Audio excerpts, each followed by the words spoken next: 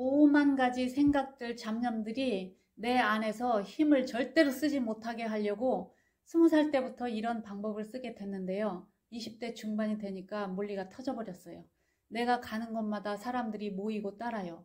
무슨 교주가 될 것 같아서 외국으로 도망을 나와서 살게 된 계기가 됐는데, 내 의지가 아니어도 사람들이 그렇게 만들어요. 가만 놔두지를 않아요.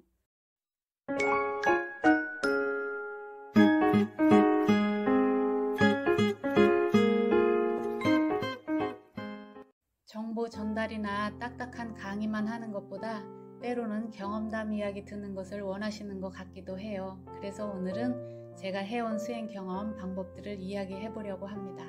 제가 한국에 못 가본 지 벌써 3년이 넘었는데요. 그리운 한국의 봄, 아름다운 진달래꽃을 이렇게 볼 수 있도록 보내주셔서 먼저 감사 인사를 드리고 시작하겠습니다. 라운제나 관장님 감사합니다.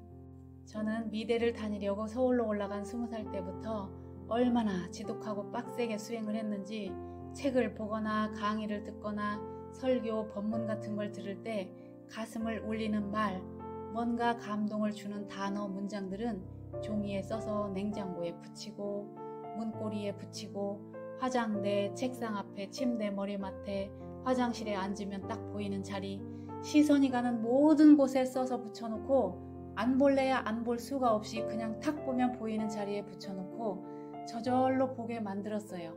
그리고 A4 용지를 세로로 3등분해서 접어가지고 깨알같이 작게 써서 걸어다니면서도 볼 수 있게 버스를 타고 갈 때나 전철을 타고 갈 때나 길을 걸어가면서도 보고 또 보고 외워질 때까지 보았어요.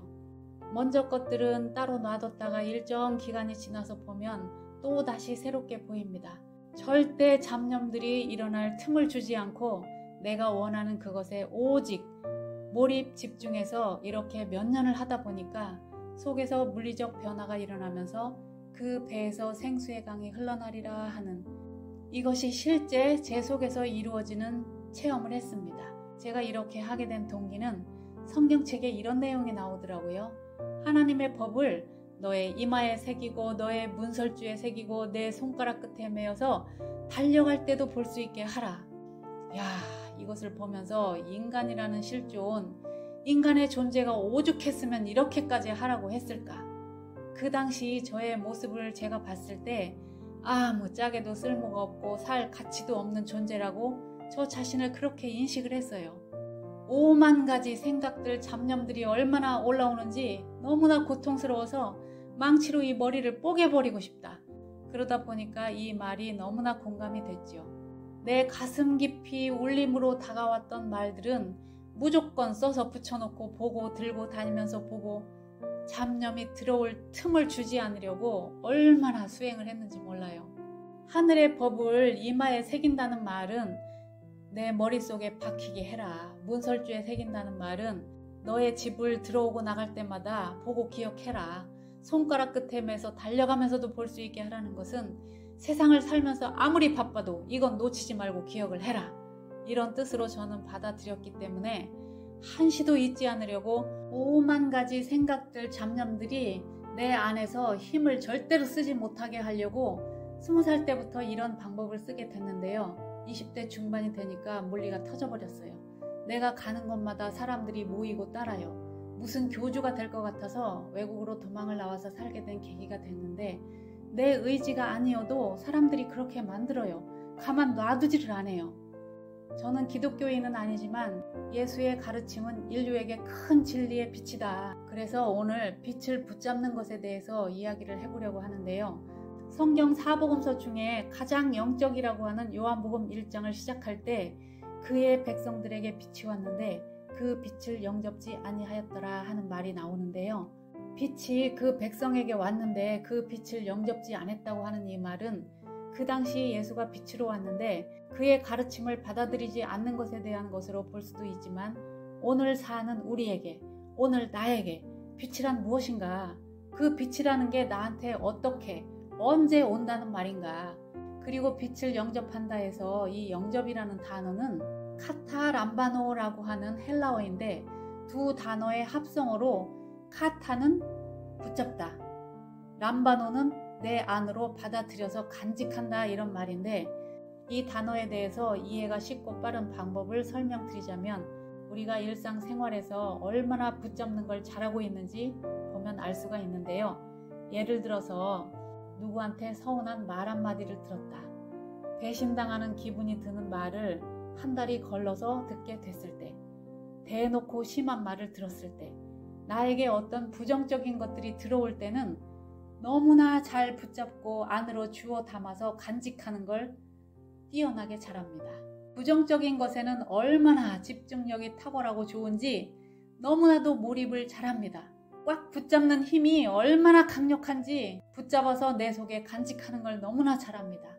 아무리 주의가 산만한 사람도 부정적인 것에는 얼마나 집중력이 뛰어난지 너무나도 몰입을 잘합니다.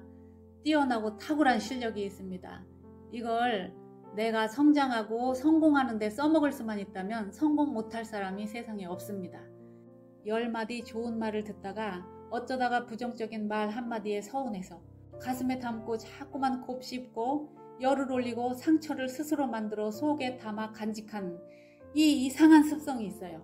무의식 중에 일어나는 무의식 프로그램인데 나도 모르게 그러고 있다는 걸 알아차려야 확실하게 극복할 수가 있습니다. 어렸을 때부터 너는 그거밖에 못하니 커서 뭐가 될래? 이런 식으로 무시당하는 말, 남들이 나를 험담하고 욕하는 뒷담화, 이런 말을 들었을 때 너무 실망스럽고 상처가 돼요. 이렇게 부정적인 것들은 꽉 붙잡는 힘이 얼마나 강력한지 절대로 놓지를 못해. 내 안으로 들여놓고 곱씹고 되새김질을 하고 얼마나 잘하는지 아주 선수들이야. 부정적인 말들은 뼈에 사무치게 잘 들어와요. 내 속에서 생수가 터지는 물리적 변형이 일어나는 기적이 일어나려면 이렇게 하는 습관을 반대로 하면 됩니다. 요즘 유행하는 말 중에 뼈 때린다는 말이 있대요. 울림이 크고 강해서 시간이 흘러도 깃전에 맴도는 말, 가슴으로 찡하게 오는 직관적인 단어나 문장, 책을 읽을 때나 강의를 들을 때, 드라마 연속극을 보다가도 어느 대사 중에 한마디가 뼈 때리는 말로 강하게 내 가슴으로 확 와닿는 말이 있어요. 크고 강하게 가슴으로 와닿는 이런 말들은 사실은 하늘에서 나에게 주는 빛이고 내 영혼의 양식인데요. 때로는 천둥소리같이 큰 소리로 들릴 때도 있고 가슴 따뜻하게 감동으로 울리는 말도 있고 눈물 펑펑 쏟게 만드는 말도 있고 축복이 하늘에서 빛으로 쏟아지는 순간입니다. 생명줄 같은 하늘 양식이 나에게 오고 있는 축복을 하늘에서 부어주시는 순간입니다. 이 몸은 음식을 먹어야 건강을 유지하고 살 수 있듯이 내면의 양식도 안 먹어주면 마음에 힘을 쓰고 살 수가 없어서 마음 허약 체질이 돼서 좌절하고 슬프고 우울하고 맥 빠져서 에너지 고갈 증상에 빠지면 양식을 못 먹어서 그런 거다. 내면의 양식을 채우지 않으면 살 수가 없는 갈증 나는 사람들이 있는데 이런 사람들은 영혼의 빛이 깨어나고 있는 사람들입니다. 고깃덩어리 육적으로만 사는 사람들은 듣기 싫어해요. 무슨 귀신 신나라 까먹는 소리만 한다. 그만해라. 내면에서 신성이 깨어나고 있는 사람들만이 내면의 양식을 찾아요. 아직 동물성이 강해서 짐승성으로 살고 있는 사람들은 몸에 음식만 있어도 잘 살아요. 그런데 속에서 신성이 깨어나고 있는 사람들은 내면을 채우는 양식을 먹지 않고는 살 수가 없어요. 밥만 먹고 절대로 못 살아요. 몸을 위한 것은 음식이고 내면을 위한 것은 양식입니다. 일용할 양식이 주어지지 않으면 살 수가 없는 사람들이 깨어나고 있는 사람들에게 필요한 에너지원이 빛으로 옵니다. 이 빛이 왔을 때 꽉 붙잡아야 되는데 빛이 어떻게 언제 오고 어떻게 붙잡느냐. 빛은 번쩍하고 왔다가 금방 지나가 버려서 잊어버리게 됩니다. 지나가 버리면 없어요. 이 번개 치는 것과 똑같아요. 번개가 번쩍 칠 때 붙잡듯이 직관을 때리는 감으로 오는 것은 무조건 붙잡아서 내 안으로 들여놓고 되새김질하고 자꾸만 곱씹어서 속에서 숙성시키고 곰삭혀서 내 피가 되고 살이 되고 내 에너지가 될 수 있도록 해야 합니다. 이것이 펌프질을 할 때 마중물을 붓는 시간인데요. 소가 풀만 뜯고도 황소 같은 힘을 쓰고 사는 것은 되새김질을 하기 때문이다. 가슴에 감동을 일으키는 말, 뼈 때리는 말, 눈물이 핑 돌게 하는 말, 뭔가 가슴에 울림을 주는 말, 한 번 듣고 지나가면 없는 것이 돼버립니다. 무조건 붙잡아두고 속으로 간직해서 내 것으로 만들어야 합니다. 제가 이 빛을 붙잡아서 제 안으로 간직하기 위해서 20살 때부터 써온 방법은 이렇게 보이는 곳마다 짧은 단어를 붙여놓고 탁 보이게끔 한 단어를 쓰는 거예요. 일기를 매일매일 썼는데 그날 감동받은 것을 전부 일기로 쓰는 거예요. 그리고 나서 나중에 보게 되면 또 새롭게 보입니다. 제 마음밭을 옥토로 만들어서 씨앗을 뿌리고 또 뿌리고 씨앗을 뿌리고 또 뿌리고 계속 이렇게 하니까 마중물을 부어주니까 펌프질을 할 때 한번 생수가 터지면 콸콸 솟아나게 됩니다. 책을 보다가 강의 영상을 보다가 알지도 못하는 사람들이 옆에서 자기들끼리 떠드는 말인데도 유난히 가슴에 와 닿는 소리가 있는데 하늘이 나에게 복을 주실 때는 사방팔방 어디에서 올지 모르기 때문에 의식을 항상 열고 살아야 합니다.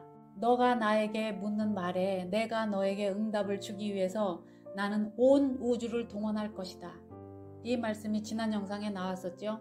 하늘이 나에게 지금 무엇이 필요한지 딱 맞는 장소에 딱 맞는 시간에 주시는데 언제 어디서 올지 모르기 때문에 정신 차려 듣고자 하라 라고 했습니다. 뼈 때리는 감동의 말을 들었을 때는 너의 이마에 새기고 너의 문설주에 새기고 달려가면서도 볼 수 있도록 손가락 끝에 매달아 볼 수 있게 해라. 그건 내 말이 됩니다. 절대로 남이 흉내낼 수 없는 나만의 색깔, 나만의 소리, 신의 피리구멍이 돼서 신성한 소리, 신의 소리를 내게 됩니다. 내 속에서 생수가 터지게 되면 내 말을 듣는 사람들이 감동을 받고 내 말을 듣고 싶어서 기다립니다. 찾아옵니다. 왜 그렇죠? 생명 에너지가 있기 때문이에요. 언제까지 남의 말 기동량만 해서 얻어먹으려고 밖으로 찾아다녀야 하냐고요. 자기 안에 자가 발전기를 돌려서 자기 샘에서 나오는 물을 마시고 내 살림을 차려서 내 삶을 살아야 합니다. 고유한 나만의 삶을 살아야 합니다. 모든 사람들 속에 생수가 다 들어있습니다. 내면에 신성한 측면이 다 있습니다. 열려서 드러나 밖으로 발현이 돼서 나올 수 있도록 마중물을 붓는 시기에는 무조건 흡수해서 먹어야 하는 시기가 있습니다. 생수가 터져서 자기 살림을 살 수 있게 되면 나라고 하는 체에 걸러져서 나오는 신성의 소리인데요. 불안정하지만 그래도 나와서 열심히 떠들어줘야 하는 이유는 이정표 역할을 해주기 때문입니다. 견성한 후에도 망망대해로 나가면 어느 방향으로 가고 있는지 길을 잃고 헤맬 수가 있습니다. 나라고 하는 체에 걸러져서 신성이 발현돼서 나올 때 좀 더 정밀한 체가 되기 위해서는 육적인 에고가 얼마나 많이 죽고 신성이 드러나서 나오게 할 거냐. 매일 매 순간 깨어서 자각 상태로 지금 이 순간을 사는 현존이 중요합니다. 이렇게 사는 것이 고단하거나 피곤할 것 같지만 실제로 사라지는 삶은 너무나도 평화롭고 아무것도 문제될 것이 없어요. 그냥 이대로 내 존재를 인식하는 것이 내가 신비구나. 순간순간 감동이고 깊은 감사가 그냥 깊은 내면으로부터 솟구쳐 올라와요. 이런 내가 기적이다. 존재가 신비이고 기적이다. 이런 나를 보고 사는 게 재밌고 좋다. 지금이라는 순간마다 꽉 채워서 사는 이 충만함. 이것이 이미 우리 모든 사람들 속에 다 있습니다. 건드려져서 열리기만 하면 되는데 저처럼 이렇게 빡세고 지독한 수행의 세월을 보낼 필요가 없이 신나이에 보면 너무 쉬운 메시지가 나옵니다. 이걸 20대에 알았더라면 하는 이 좋은 말씀이 있습니다. 너희가 개별 현실을 창조하기를 그만두고 더 큰 현실, 통일된 현실을 이해하고 체험하고 싶다면 너는 당장에 그렇게 할 기회를 가질 것이다. 그런 선택, 그런 바램, 그런 의지, 그런 알매의 상태로 있는 사람들은 당장에 하나됨의 체험 속으로 옮겨간다. 나머지 사람들은 그렇게 하기를 바랄 경우에만 바라는 만큼만 또 바랄 때만 비로소 그런 체험 속으로 옮겨갈 것이다. 이것을 몸을 벗은 사후에나 몸을 지니고 있을 때에도 마찬가지다. 이것은 전적으로 바램의 문제다. 선택하고 창조하는 문제다. 궁극에 가서는 창조할 수 없는 것을 창조하는 문제. 다시 말해 이미 창조된 것을 체험하는 문제다 라고 했습니다. 이 말을 듣고 준비된 분들은 깨어날 것입니다.